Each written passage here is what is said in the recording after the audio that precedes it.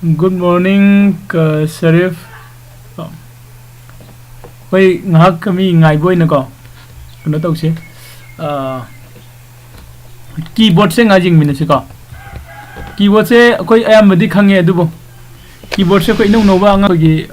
shift ki sin na bagi natra. The shift se ko met no nang kadai de sin na ga kan da sida 1 e ko sigi key 1 se ko gi mouse pointer lai se. Natra si ge ta til ga no ga lai se ure. Adugo 1 gi mathak ta atopam su lady 2 gi mathak ta address lady ko exclamatory symbol 3 gi mathak ta ko gi has lady ko 4 gi mathak ta dollar 5 gi mathak ta percentage lay ko 6 gi mathak ta cap lay natra 7 gi mathak ta ampersand lady 8 gi mathak ta star sai to ro key mayam ma lay ko gi keyboard si manung da key khara yauri ko hali ba key si de double key loin chat pa mathak makha nai ba kom say colon ga semicolon ga pull single quote double quote so na pull ga lai ri ba key sing che sida ina normal na dum sida click taw matam si 1 lakani 2 lakani 3 lakani at the rate nam ga hadati natraga dollar se ina nam ga hadati kamai nam ga ha ka da ship se nam ga mathaki kano se ship nam ga sigi 4 gi ki se dollar ki se nam du ship namaga dollar ki se nama matam da dollar thora kani ko ship namaga khagi at the rate ki symbol gi ki se nama matam da at the rate thora kani ship namaga double quote nama matam da double quote lakani ko colon lakani ko so in tawra khagi double key lay basing se no da lakani ko ai ship se na ga nam ga dam ni ba ko cap lock ki de koi khange cap lock se ko na caps lock se ko na number matam da ka click ta sida press ta matam na kai dau ni ai gi sigi lay ba letter sing se capital letter lo on gi ni ko okay then tab ki se na bam su dum hayeng malak na matam da next step se kan ya du khakta na ta na ko gi windows ki sense ta bu ko na tab se nai ko control se yam se na re control se ani ko na function na ma pa de command ma pi de ko matam da control plus sai na pi de ko control plus s tawra kan da save taw hai control plus o tawra kan da open taw hai natra control plus a nam kan da pe do ba okay a nam kan da so kan da kai no taw che ko select all taw ko sai tawra ga ada ina type from tawra class w a n g double o wangu hai na ko wangu se e ba lo sila ko matam da enter nam kan da ko gi another line nam da lakani ko ms word another line nam da lakani down arrow up arrow gi khange khoi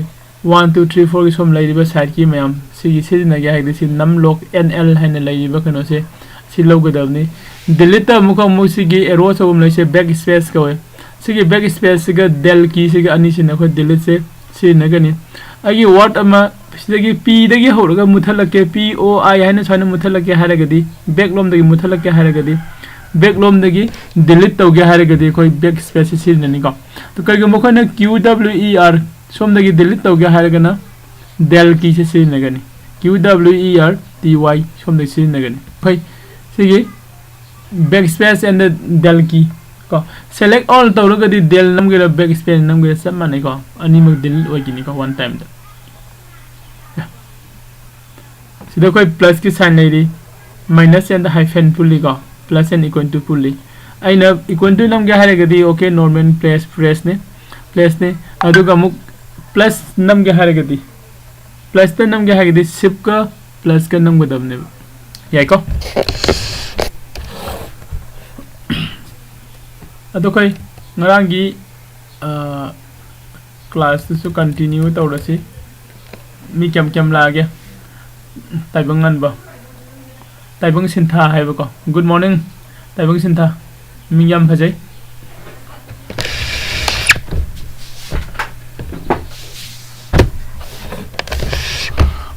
okay then koi ngarang ms excel jeng gane ko koi ne ms excel sta lai se kai no ms excel sta koi na lai se nga sai ko gi kana se sem ba sini ma'am ऐसे screen lakh lakh तब से कम तो screen लाई को ma'am okay screen lie ko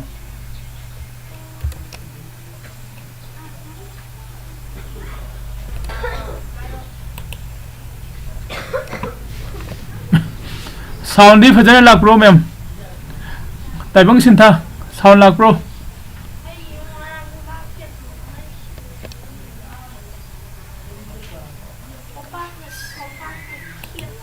cần nó coi gì sound là quên là coi cần nó sẽ text tàu video có comment đã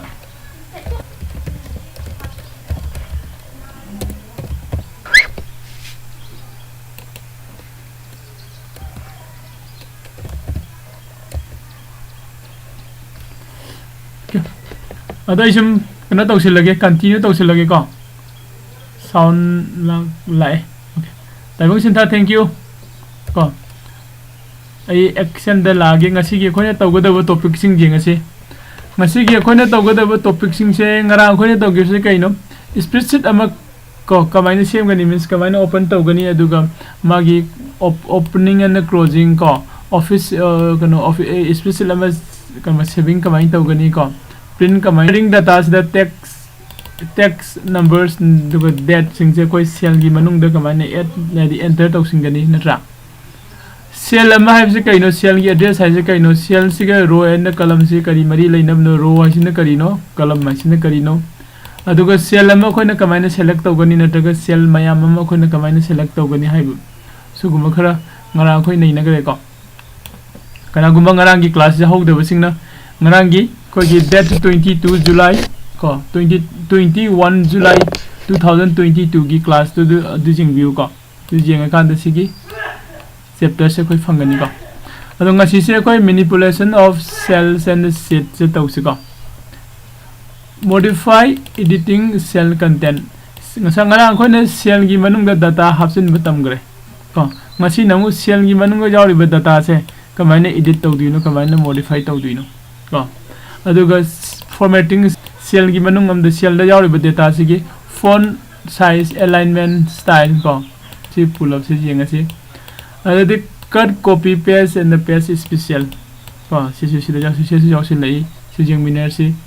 change height and width ngang chu koi sa ko yengi ko si dum jenga si inserting and deleting rows ko column jenga si autofill ko kon autofill to han bagi si jenga si sorting and filtering kamai to bojing se duga freezing pens ka pen se se kai no duga jing si ai ko mem marak sida kana gumba okay thank you Rambo, thank you Oinam, Stalin, thank you Logan, thank you Pebam, thank you Santi Kumar. Okay, kana gumba marak sida koi question hangning ba yaura gasu ko comment to video ko isim check to rake ke didi koi modify cell gi modify se comment to dinu jing asi ko first dai sigi kano se copy to rake pull up na tragasu ai wasi lo rake sim kai lo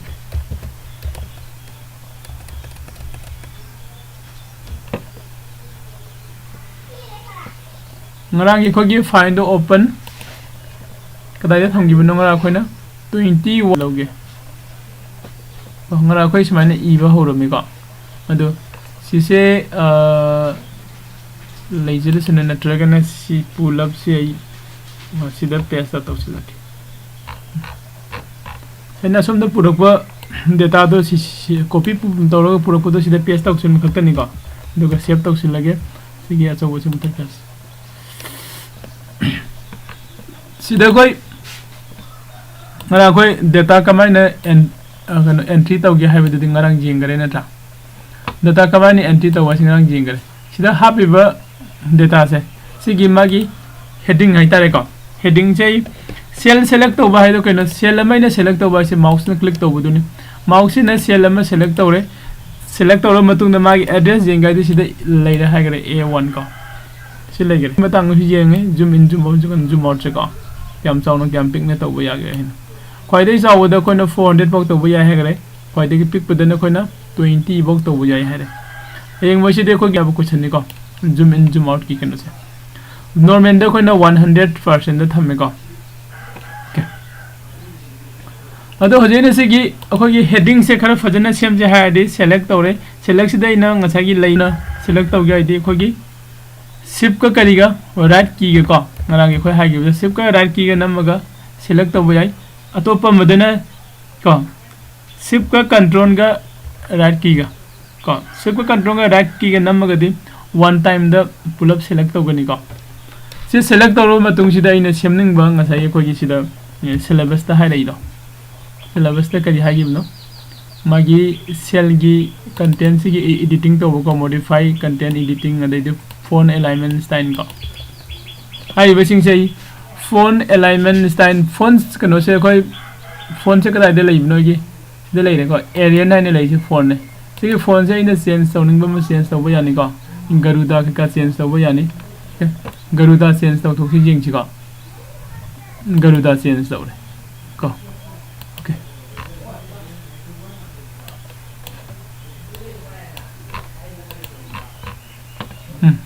Garuda change तब मासे आदम मथक चक्रे को अदु अमुका येंगसी अतोपा हापसे free mono okay free mono द फजना मयक सिंगने लेरे फ्री मोनो हापे अदुगई मागे फोन साइज सेम गाइने सिदा जावरे को फोन साइज है 14 ओहेलसी खरा चाउ थोरे को मासे बोल लेटर ओहेलसी बोल दे नंबीरो नत्रगा कंट्रोल बी नंबीरसी बोल लेटर ओहेले को अदो माय कलर से इना आइदि बैकग्राउंड कलर से ना करियो हेन से बैकग्राउंड कलर पी गाइदि सिदा जावरे को बैकग्राउंड कलर से इना ब्लू पी रेसी नत्र ग्रीन पी रेसी को ग्रीन पी रे बैकग्राउंड कलर से ग्रीन होय कांदे सिस्टम नुमाइत्रे नत्रा अदुदि आइदि फोन कलर से ब्लैक ओयदि खरा डार्क ओयरे येंगबुदा नुमाइत्रे अदुदि व्हाइट कलर ओन पी रेसी फोन कलर ये को मैम अदुगा मुमागी सिगी लेदिबा खोगी सेल की साइज है सिसु खितंग साउथोन से निखले अदुदा इसिदा पुसिलगा खोगी कलम की कला द नते रो की बॉर्डर द पुसिलगा चिंगथोक चिंगसिन तौरगा मागी सेल की हाइट एंड वाइट तो सेम जाय हाइबनी को निसिंग को मैम ngana khoi tawgibudo सेल की हाइट एंड वाइट से सोने सेम जाय को सेम दोय सि सेम मतुंग दसु अमुक को खोइना सिदा इंस्ट्रूमेंट से चंदब माले नत्रा चंदब मानबसे सिम खक्तंग की ओइना नत्रगना खोइना सागी नंगी कलम दुगी बॉर्डर दुदा माउस न क्लिक तौर कांदा सिंथोक सिंसिन तौरगा सेमसु यानी यारिको मैम ओके आई कनो से खोगी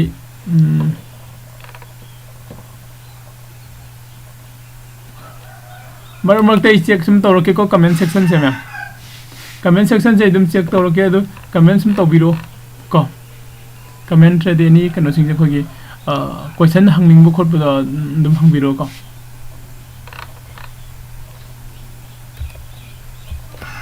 okay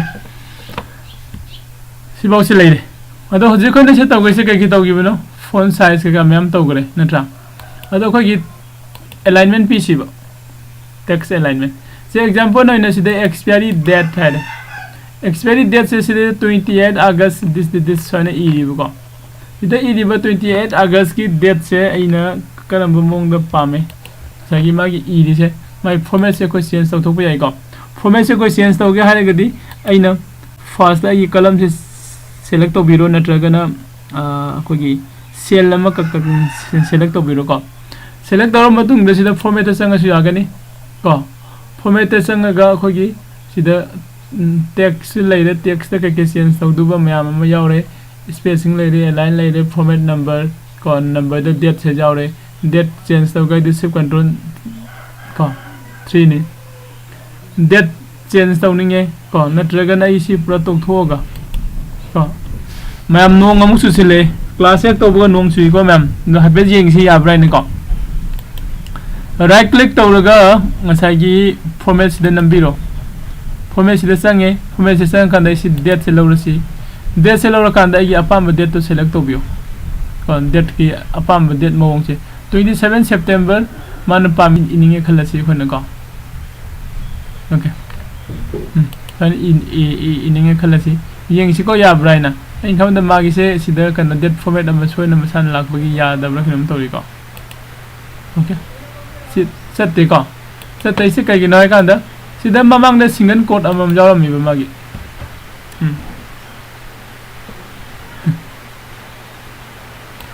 Sida e ba matam da na single code amam jaw ri single code se lok thok ki ba ya isi yo. Special sing kano amam jaw ri ba sida.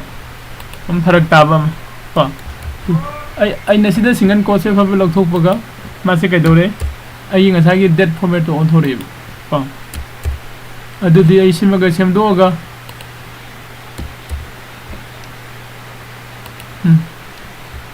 sima khaje sem do e adu to basing sin na dum copy to silage ko copy and the paste copy paste hai baga cut copy hai baga and the cut paste hai baga khenai ko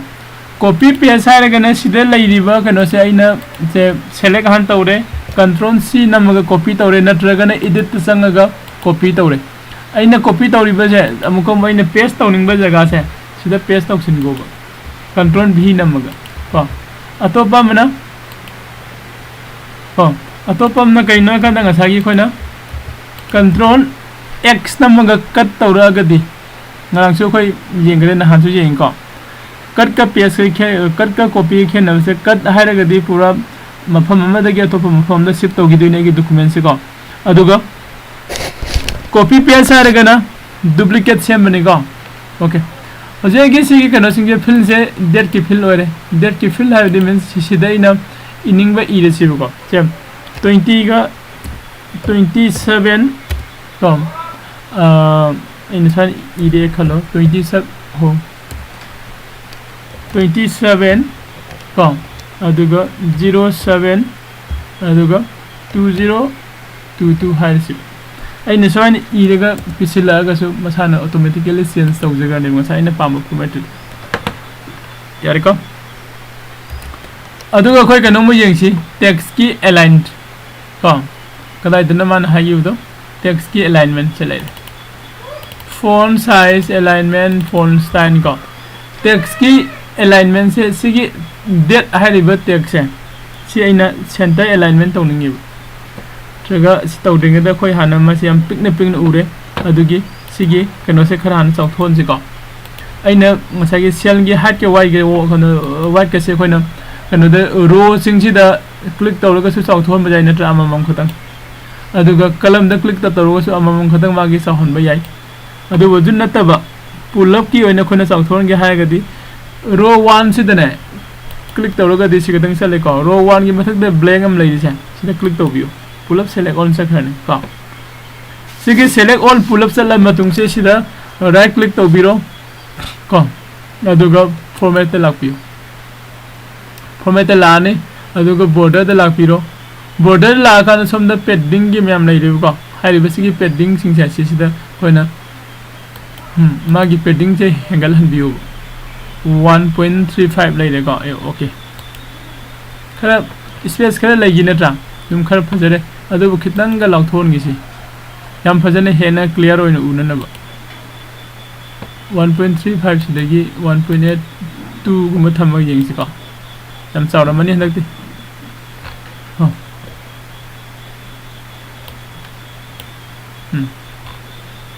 yare ko sumanne lai de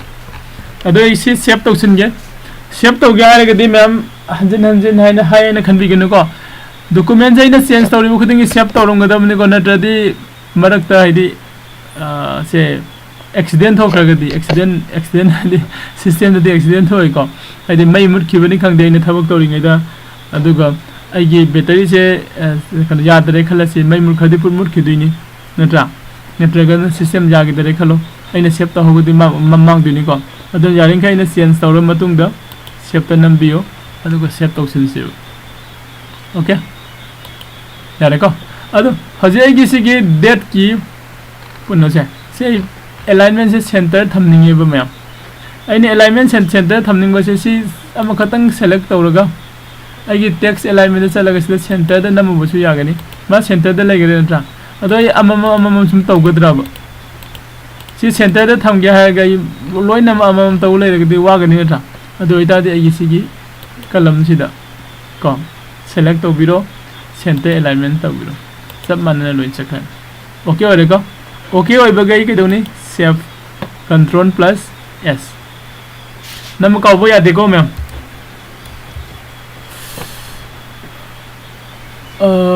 phone खितंग सहन बियो उद्रे विजय कुमार मोयांग थेम thank you Vijay Kumar आई font सहन लगे को फोन साइज से ई सेलेक्ट ऑन तौरे सिदसु सेलेक्ट ऑन तौबो जाय नटगा कंट्रोल ए नमगसु सेलेक्ट ऑन तौगनी नटगा सिदा नमगसु कोई सेलेक्ट ऑन तौगनी को अदो फोन साइज से कोई पुन्ना दुम 14 गुमो हेलछि को 14 सिदा यादरसु हमकुसु हिंगलन मुसु यानी को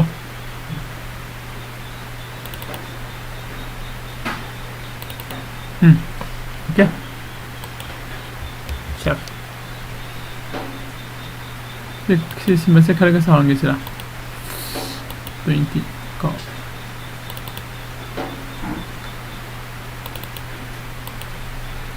विजय कुमार यारब्रो द यंग बिउने अइन खमदा यारमने इन खले को सेव तोक्सिंगे खोगी सिदा फजना इंस्ट्रूमेंट उरे सिंबल नोरे एक्सपायरी डेट को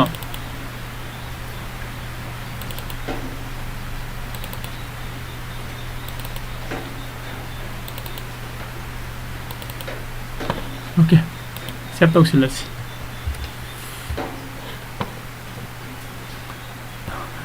विजय कुमार यारमने को यारमने इन खले ओके अदो हजी कोई सी बोल लाए ngसागी आइना सेंटर ngसाई कनो से एक्सपायरी डेट को एक्सपायरी डेट से इना केदोरे मागी अलाइनमेंट से सिंदोए अदो इदि अतोपा मना ngसाई फॉन्ट साइज से पिगमेंट गरे है ना फॉन्ट साइज से मोन थोए कदाई दोन थोपा सिदे लेरिबा से चंग को ओके अदे अमुक कनागुम खरना खितंग खोजे येंगबदे नुंगाइनबा डिस्टिंग ओइननबको खोगी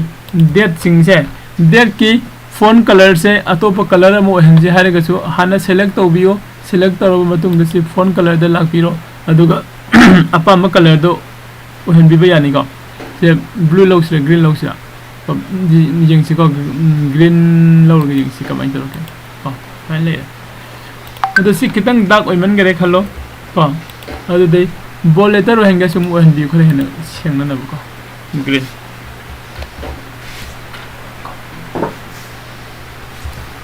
यारी को मैम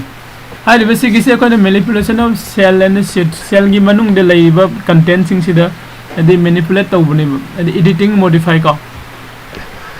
ओके सी में यारे लौरसी दुगो सिंग सिंबल से सिंग सिंबल की ग्रुप सिंबल कोई अलाइनमेंट से लेफ्ट अलाइनमेंट पी ये खलसी लेफ्ट अलाइनमेंट मसागी हम ले रमे को कनागुमने राइट अलाइनमेंट पी ये हारेगा सुसिदा पी बे यागनि छने को दुगो सिकदं खजब वाले लेफ्ट अलाइनमेंट तौरस इंस्ट्रूमेंट से कोई इंस्ट्रूमेंट ने क्लिक तौरगा दी मखा से पुल अप सिलेक्ट तौरेको कंट्रोल कनो से ए नंबर गसो पुल अप पेज में पुल अप सिलेक्ट तौरकनी दोइता देखो कई कई दोबया है कान सिगी मथकी कलम ए से सिदा क्लिक तौबियो अदुगा नंगना चेंज तौनिंगबा चेंज तौथोक्सिको अदुगा सिगी लैदिबा कनो से कोइना शिफ्ट का कंट्रोल का डाउन एरो का नमगा सिलेक्ट तौबा जाय नत्रा सेल आई सेल कंटेंट जाव सेल मखै पुल अप सिलेक्ट तौबा मतम हाई बसी सिलेक्ट तौरे सिलेक्ट तौर मतुंदा की फॉन्ट कलर से ने रेड ऑन थोनिंगी को बॉल वे हेनिंगी रानो हेन बया यानी को मैं ओके सिदा कनोम जु लाए को अखोय आयाम बने सेमदो किसी स्टॉक प्राइस ले रे ऑप्शन टाइप लाए को सिसु दुगा सिसु खगी सेंटर लोइन हेलसी ओपन प्राइस हाई को क्रॉस प्राइस मोसे लोइन मखोइना राइट अलाइनमेंट हेलसी को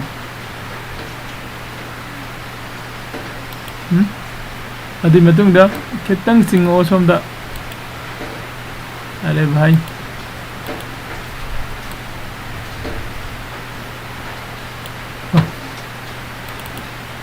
इसको कई ले भाई ना कोई याम ले को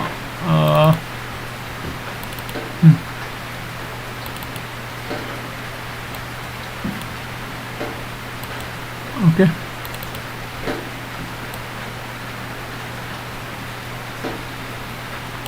Smaina koi sarak pa ma semdo asi. Ko. Sarak pa ma seme. Sige matung sida koi na yeng ba jai se autofill haiba ma lei ko. Autofill haiba ma lei aduga sorting and the filtering haiba ma lei aduga freezing a pen haiba ma lei ri. Yai ko. First na koi freezing a pen se yeng. Pen na ma kamana freeze tau du ne. Mana pen re je pen ne ko khoi gi sigi mathak ki ne kana heading ga hai se ai na sina mouse se makharom da sain down to matam da mathak da iram ba instrument symbol expiry de la se loi mang gare ko khoi da lai ga si kari gai no khoi khang dre yari ko ma'am sound se kamai to ge nong se phala na chu ba se sound se dum ta ba yari bro kamai to ge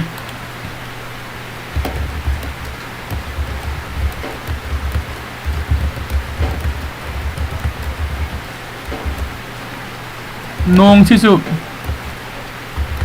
se fajana su se leba sound dum live bro ma'am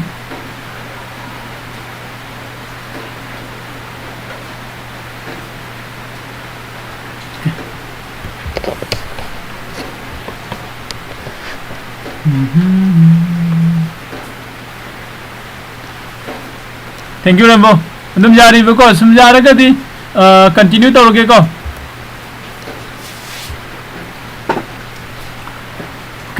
ado hoji koi CCC gi ngasai gi aina se singkhat pa singthaba taw matam da magi kho gi heading se khitang naksil laga lage sound che ko heading se mathak ta ka gi bai de height taw gi base height taw dana bane ko freeze taw hai rei se ko do si gi head se select taw sile ko aduga freeze taw se kamaina taw buni se ko edit ta sangaga freeze yaw bri ngo yaw de insert ta sangaga freeze yaw bra yaw de format ta sangaga freeze yaubra ko yaudi adudi kada ide sangam duba stand yaudre sittadi sitte yengo sittala ka da magi row insert row column sitsida ko gi insert row hapto hapsundi loine mo yaure aduga freeze tawadi mo yaudre data dadi yaudre okay tool dadi freeze karamba another yaubno Sure. Oh, okay. Anyway, he become the right click the audience. Oh, the right click the audience. Special layer. Number format ko selection insert clear text merge cell clone formatting clear.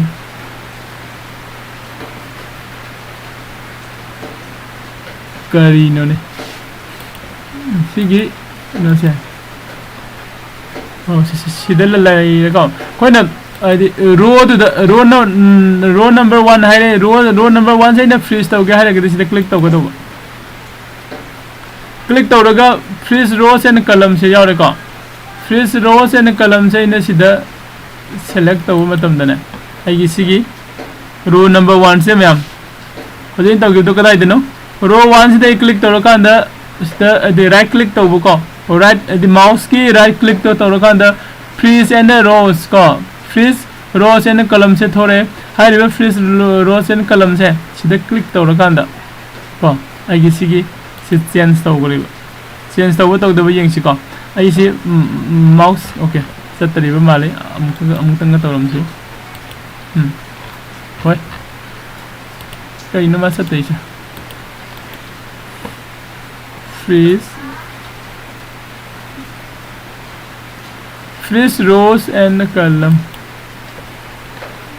सीधा सा सट का दबने करेंगे ना मान सकते हैं स्पीड विंडो आई सॉफ्टवेयर से याद दबरा के नम तो रेको फ्रीज रोज एंड कलम सिगे फ्रीज रोज एंड कलम से क्लिक तो रखा अंदर मसाला से टिक टक लाग सब नहीं बा कलम दती कमाई तो बा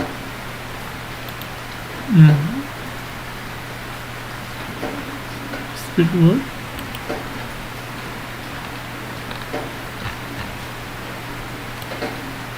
सीधे याद रही फ्रीज किसे अंदर जिंगमिना किसे दे फ्रीज से आने जहाँ से कहीं कि फ्रीज तो वो याद नहीं से सॉफ्टवेयर से कई दौड़ बनो freeze row se na column se ni jenghaningi se sidena sisting dhaba matam dane mathak kisigi heading se fajane lei hogadamne be lepaga ko mya lepaga lei hogadamne sida leire ngasai thiri se freeze cell haina ma sida yaram ko freeze row se na column se na click tawro ko si chatre okay adu de hojena freeze to kada ideno view the line freeze cell sida first column or first row ko ngasai sida chatre ko freeze cell sida lai adu ko first row se ina click tawre click do kana na tilep ko adu ngasai ko gi sida right click tawra kanda freeze to sida tick tawrame sida gi sang ba yaram dre ko maisa kada ide sang bro si select tawbiramaga view the laga freeze cell da lakpiro aduga freeze first row se select tawba adu matungda aigi first row se freeze laigire ko aina si singhat pa singdaba tawraga su se suppose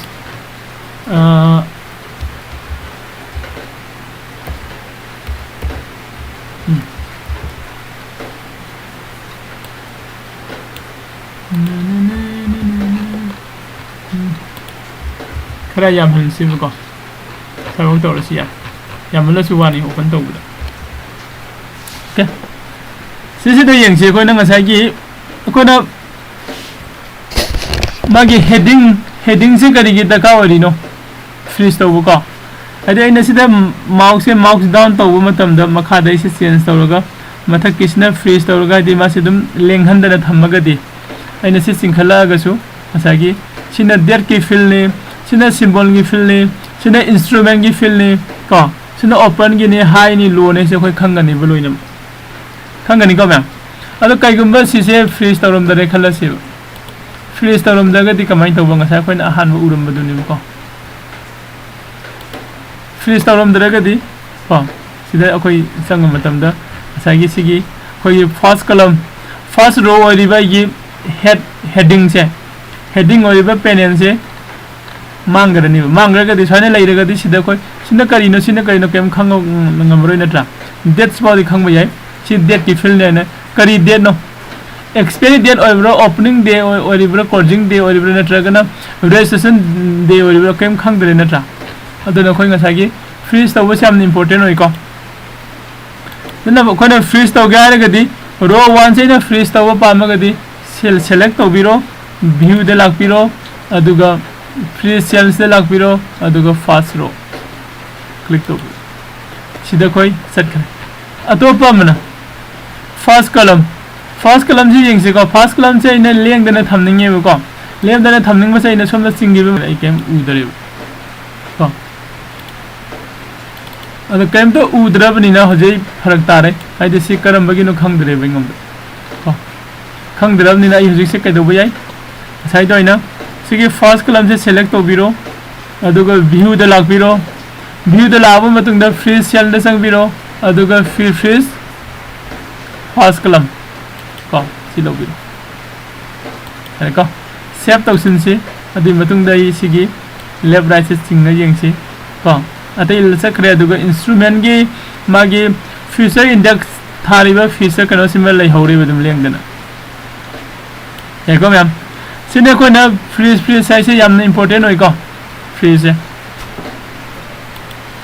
save to sin ge ko ran to daga ko na ko gi heading gi feed kano freeze aduga column da ko na kamai to daga freeze to gani aduga row da ko na kamai to daga first row da ko na kamai na freeze to gani se yarani ko ma'am khangani ko mathang topic ama yengsi mathang topic se koi okay autofill kamai to yengsi ko autofill kana dragana koi cell height was de khangani na sa insert and delete row and column okay hi yengsi okay sigi lairiba row sida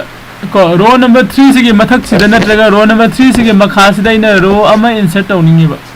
ai kamai tawdino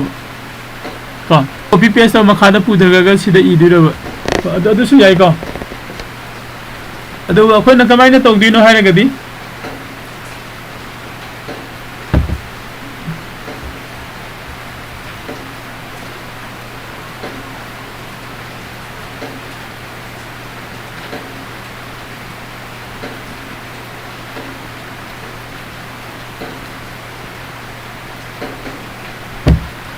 ꯑꯩꯈꯣꯏꯅ ꯀꯃꯥꯏꯅ ꯇꯧꯒꯗꯣꯏꯅꯣ ꯍꯥꯏꯔꯒꯗꯤ ꯁꯤꯗ ꯑꯉꯥꯡ ꯑꯃ ꯑꯩꯈꯣꯏ ꯒ꯭ꯔꯨꯞꯇ certificate ꯍꯪꯉꯛꯏꯀꯣ ꯃꯥꯒꯤ ꯃꯃꯤꯡꯁꯨ ꯑꯩꯉꯣꯟꯗ ꯁꯤꯌꯥꯔ ꯇꯧꯔꯛꯇ꯭ꯔꯗꯤ ꯁꯥꯔ ꯇꯝꯕ ꯂꯣꯏꯔꯒ ꯁꯥꯔꯇꯤꯐꯤꯀꯦꯠ ꯐꯪꯒꯗ꯭ꯔꯥ ꯍꯥꯏꯕꯅꯤꯀꯣ ꯅꯅꯥꯎ ꯉꯔꯥꯡꯒꯤ ꯚꯤꯗꯤꯑꯣꯁꯨ ꯌꯦꯡꯕꯤꯌꯨꯀꯣ ꯑꯗꯨꯒ ꯁꯤꯗ ꯂꯩꯔꯤꯁꯦ ꯁꯥꯔꯇꯤꯐꯤꯀꯦꯠꯁꯦ ꯑꯩꯈꯣꯏ ꯐꯪꯒꯅꯤ ꯇꯧꯕꯗꯗꯤ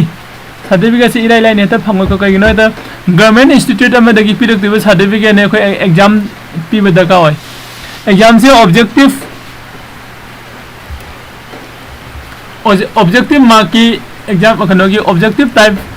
क्वेश्चन की टाइप से ऑब्जेक्टिव टाइप होएगनी को ऑब्जेक्टिव टाइप क्वेश्चन ने अदुना थोइदोंना सिदा कनो लेते को कोइना खर फजनो होनरगा खंगगदी अदुम एग्जाम थाबदा अदुम क्लियर अदुम होएगनी एग्जाम से फंगबगा कोइ ट्रिपल सी की सर्टिफिकेट फंगने नेलित की को हाइबा ट्रिपल सी की नेलित की सर्टिफिकेट से गवर्नमेंट की जॉब नत्रगा एनी प्राइवेट जॉब तक को मासे अदुम कनो होरे को हजन बेलोइन यारने बेसिक कंप्यूटर है हाइ पद कोइ पी बेलोइन यारनी को नंदेबम सतीश ना हंगमिसे कइनो फोन खितंग साहनबियु को मेनू बार गुम्बसी सिजनब उब नुंगाइनब ओके को फाइन गा फोल्डर गा खेनब अमता हाइबियु ओके शांति कुमार फिल्म की फाइन गा फोल्डर गा को आई हारके सर आई खरे लेट ओइरे ngasi कैसु काइदे को कनो रिकॉर्डिंग का तुम जेंगबियो को इंस्टेंटियम help for the review this message is help for the review kanagi na taibang sinthan ina kano kanan thai hi yeng chi kai haiba na ko taibang sinthan nang gi i dei se kem to u dre ko phone se kari phone no sida thok tre ko ado phone se isam jamba mayam na khangba phone ibiro ko aduga masai gi folder ga file ga kari khena bai ba se marak sida khitang amuktang lo rake ko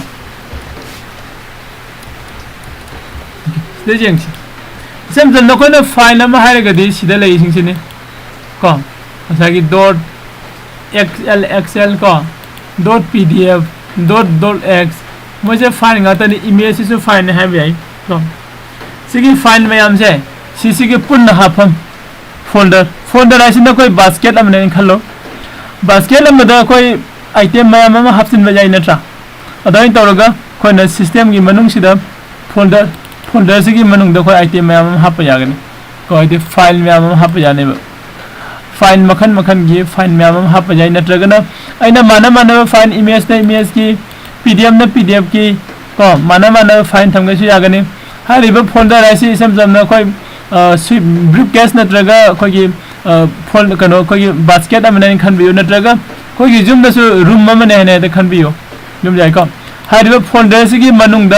file ma'am में थंबा यागनी अदो in folder अनोबम same के हागदी right click तौरगा new folder तौरका अंदर सिदा folder same यागनी को folder ममिंग पीरेगा folder ममिंग से कोई करी पीछे बस जस्ट ते साइन पी रखे को एंटर सिदा लेरेगा हदि सिगी फोल्डर से केमदा यावदरी हारि बसिगी फोल्डर सिगी मनुंग सिदा कोई डॉक्यूमेंट हफसिन बयानी से एग्जांपल ने सिगी फेब्रुअरी डॉक से रिबानी से अनि से को सिदा थांगिन बयागन सिदा लेतरे को सी फोल्डर मंग यागन अदो फोल्डर का फाइल के खेनरी से फोल्डर की मनुंग द फाइल थंबा जाय फोल्डर आइसे बास्केट अमगुमने फोल्डर आइसे ब्रीफ केस अमगुमने को अदुगा फाइल की मनुंग द फोल्डर थंबा जाय को फाइल हाइसिना मखो की कंटेंट आइगी टेक्स्ट मैम जावबो कंटेंट अमने मासिसु हाइदि को की मरी लेनबा कनो म हाइतारेने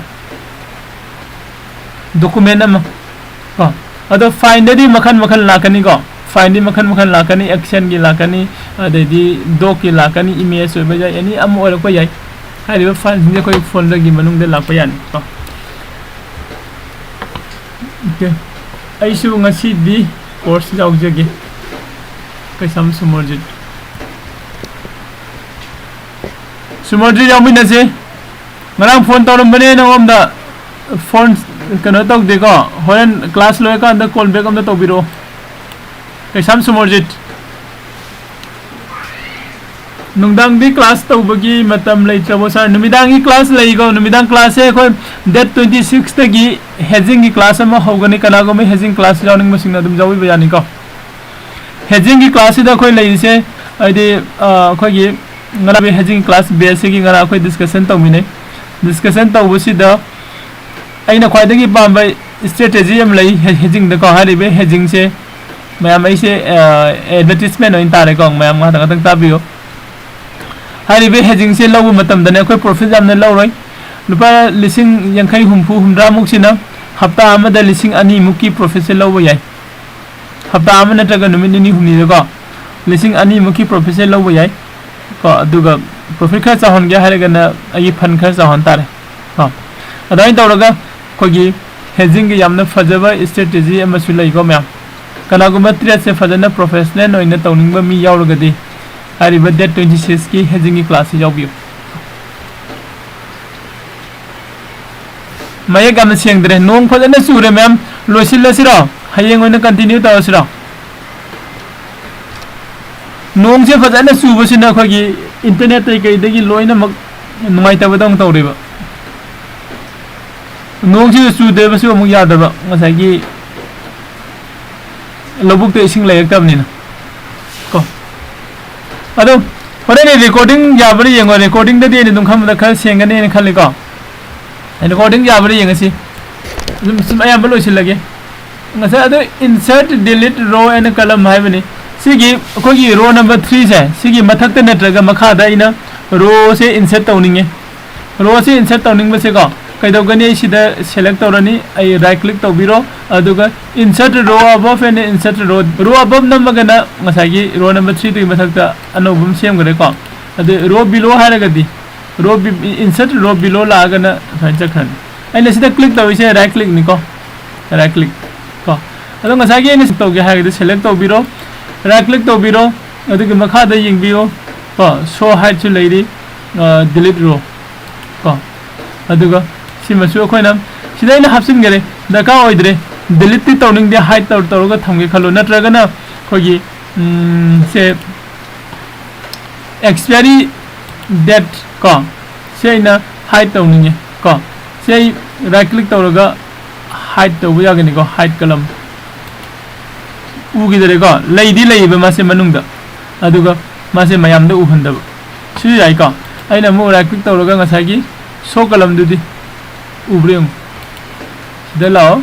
शो कलम तौबियो शो कलम तो कांदा सिदा थोरे को ngसागी एक्सपायरी दे तो कदाइ ले लेगरगे शो कलम हाइट कलम ऑप्शन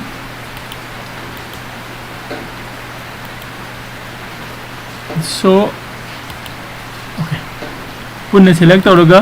सो कलम हारे कांदा ngसाइने लोड किबा हाइट तौगिबा कलम सिंगे थोरेबा मको तने रो दसु कोन हाइट तौबु जाय को सिगी रो नंबर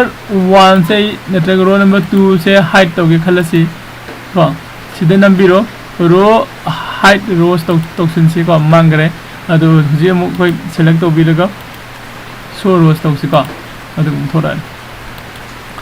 सना कोने रो मा हाइट तौरगा थंबा जाय कलम सु हाइट तौर थंबा जाय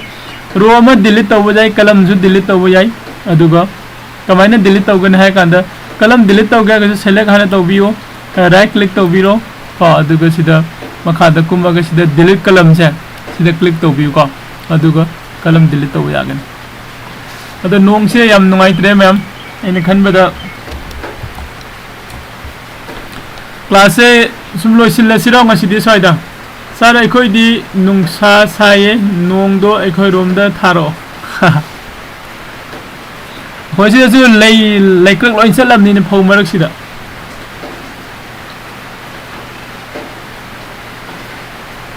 मयक्ति सेंगना ताय हेबको ओ मयक्ति सेंगना तारगा वीडियो सिदा सेंगना उदैसे माने को ओके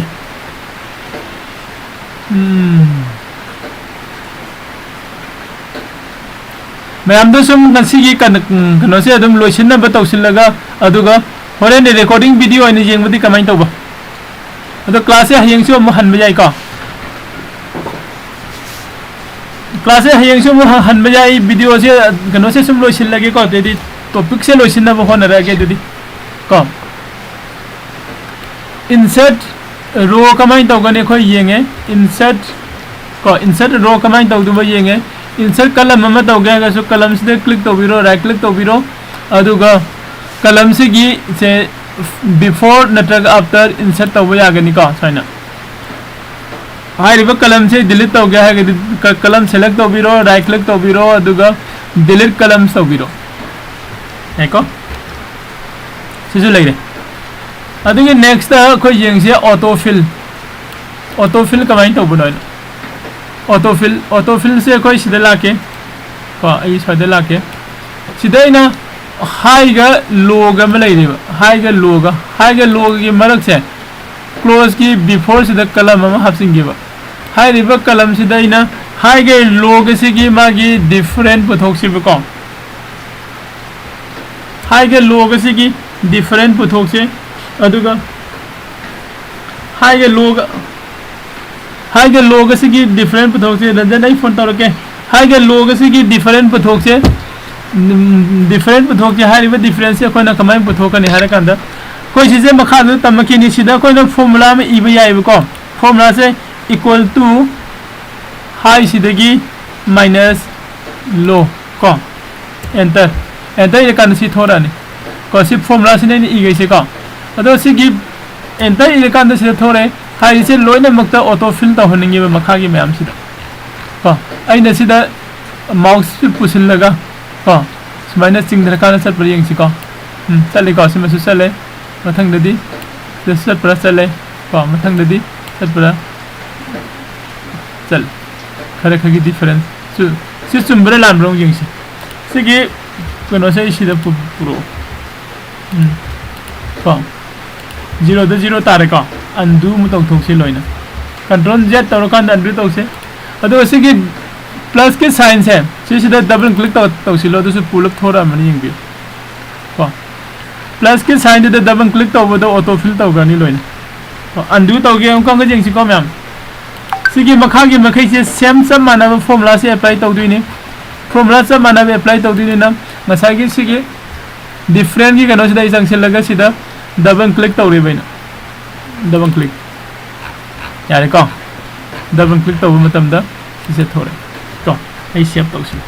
सिना ऑटोफिल ने हयेंग सु अखोय मुंग तौमिना की सिको ऑटोफिल से फ्रीजिंग तौगरे दुगो सॉर्टिंग एंड फिल्टर से यंगसि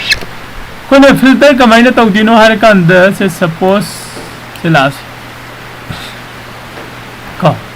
सिगी लाइरिबा कलम सिंग से दाइना फिल्टर लोइना हामनिंगेबा फिल्टर आइसे कइनो यंगसि को आई सिदा क्लिक तौरे अदुगा डाटा दा लागा सिदा ऑटो फिल्टर हाइबा यावरिबा को ऑटो फिल्टर से हापसिन बगा सिदा ड्रॉप डाउन ओलक पर यंगो ओलै को सिदा आदि डाउन एरो की अमा थोरेबा डाउन एरो की आइकन नम सुम थोरे हाइरिबा आइकन सिदा क्लिक तौर कान कई थोरे मयाम थोरे को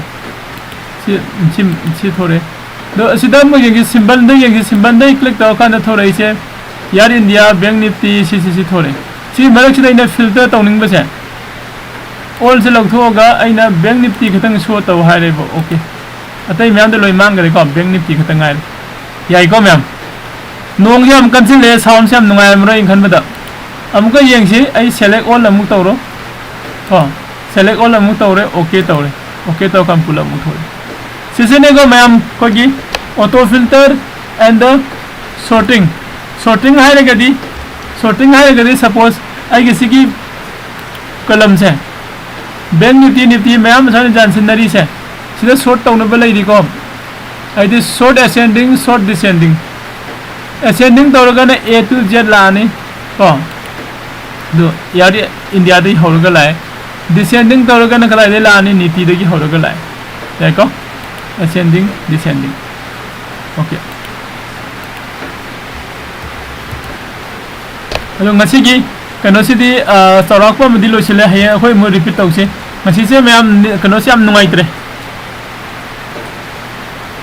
khogi kano se kariye dar ngasi nong sina mara mo kan da class e yamna disturbance tawre marak ta ko odo class e hayeng so repeat tàu khoi ya bari yang si ado recording yang bio recording yang bada dia ina khan bada sound su kitang pharangane khan le aduga sida net nungai tabai kitang chap khot ba taw mayam je sisu phagane khan li ko ado kana ko bai ngon da phone tawning ba sing hoje class lo loi ba dum phone taw biro yani ko men oina sumoji phone nong taw biro ko ado mayam ngasi idi sa de lo sil si ko yam kana se nong se yam disturb taw re ko pung se ta di ta taw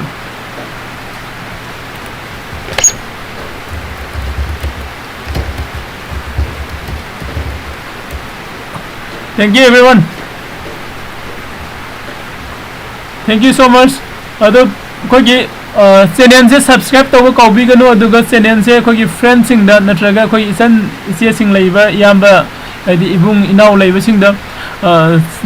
channel se share taw ko bi gano ko adi mai atei sing da su computer punna haiminna se ko mayam na channel se koi gi facebook ta kai da social media le leiba sing si da isa gi account da gi tawraga share amuk tang taw bio adi se support